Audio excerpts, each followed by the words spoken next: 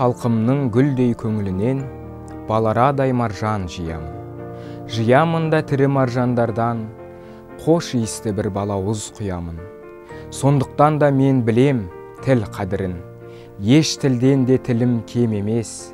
Күшті де ол, бай да, жағымды да, кем көрмес қана оны, кем демес.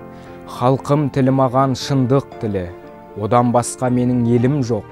Елін сүймес қана тілін сүймес, елі жоқтың ғана тілі жоқ. Ана тілім маған шешен тілі, одан басқа менің халқым жоқ. Жүрегінде халқы болмағанның, кісі болуға да хақы жоқ.